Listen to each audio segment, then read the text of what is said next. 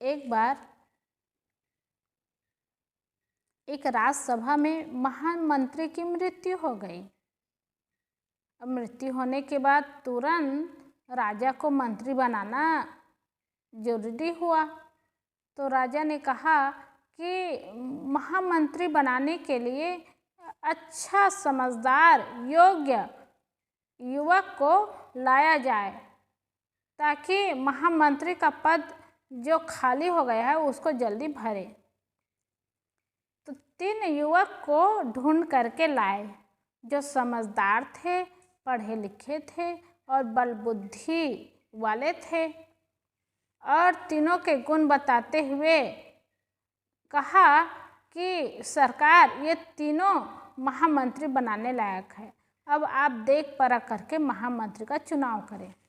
राजा ने कहा अब मंत्री बनाना ही है मुझे, तो तीनों को देख लें। तो तीनों को एक एक बोरी दे करके कहा कि जाओ बगीचा से एक एक बोरी सब फल ले करके आना। तो सब बगीचे में गए, आम का पेड़ था, आम का बगीचा था। अब सब बोरी ले करके गए और तीनों बोरी को फल से भरने लगे। तो पहला आदमी था, वो बोरी को फल से भरने लगा और बहुत फल था। तो व्यक्ति क्या सोचता है, इतने बड़े राज दरबार में क्या फल की कमी है कि व्यक्ति की कमी है? जो फल मंगा रहे हैं तो जैसे तैसे फल को भरे। अब बोरी भरना भी बहुत कठिन होता है ना, तो कितना फल भरेंगे, क्या सबको फल थोड़े बांटेंगे? ऐसे समझ करके बीच में वो भूसा और पत्ता ही डाल करके भर दिए थे, ऊपर में फिर फल भर दिए। और अगर राजा पूछेंगे तो अच्छे फल दिखा देंगे, बता देंगे कि हाँ ऐसे फल रखे हैं। तो बीच में तो घास और पत्ता भर करके बोरी भर दिए थे।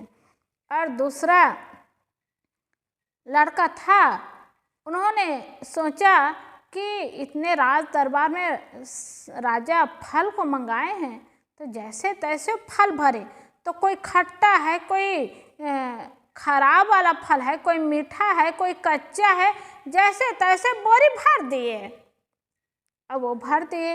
अब तीसरा लड़का था, उन्होंने सोचा राज दरबार में न व्यक्ति की कमी है, न फल की कमी है, न पैसे की कमी है, और हम लोग को फल मंगा रहे हैं तो हम लोग की परीक्षा लेना चाहते हैं, और परीक्षा ले रहे हैं तो हम लोग को अच्छा फल भरना चाहिए। यही सोच करके सब पेड़ के पास जा करके अच्छा फल चुन चुन करके बोरी भरे थे। एक बोरी फल भरे थे, बढ़िया पका पका फल, मीठा मीठा फल, सब पूरा भरे थे। अब तीनों राज दरबार में आए और आकर के दिखाने लगे तीनों कि हम बोरी को फल से भरे हैं।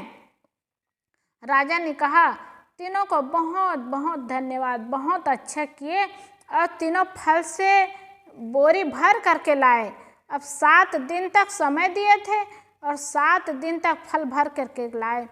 और उन्होंने कहा कि अपनी अपनी बोरी ले करके जाना और अपनी अपनी बोरी ले करके 21 दिन तक बोरी के फल के साथ जीवन बिताना है।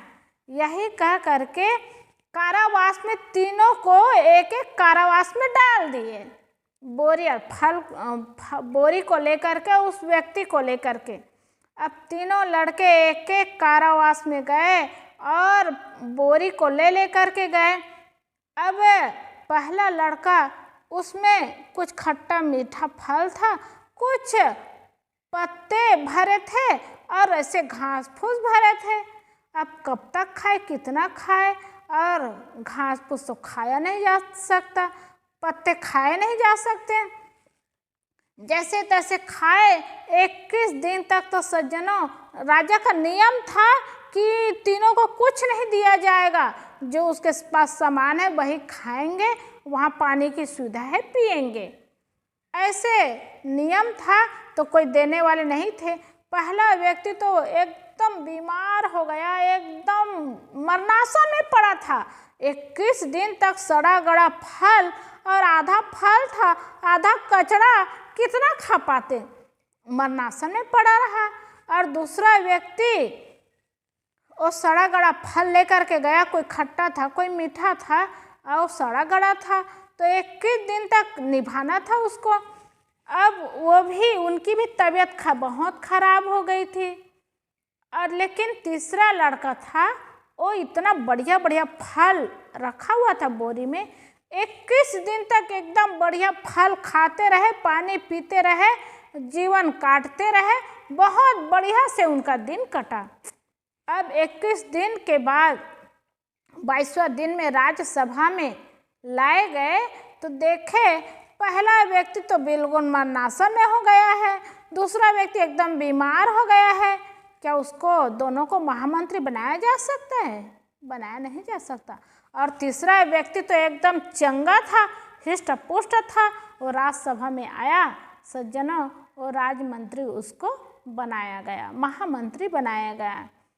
तो आदमी की जब परीक्षा होती है, समय आता है ना, आलसी करते हैं और दिमाग लगाते हैं, बुद्धि लगाते हैं, मतलब निगेटिव सोचते हैं और गलत ढंग से करते हैं, तो उसका परिणाम क्या दूसरे को मिलेगा? खुद को मिलता है।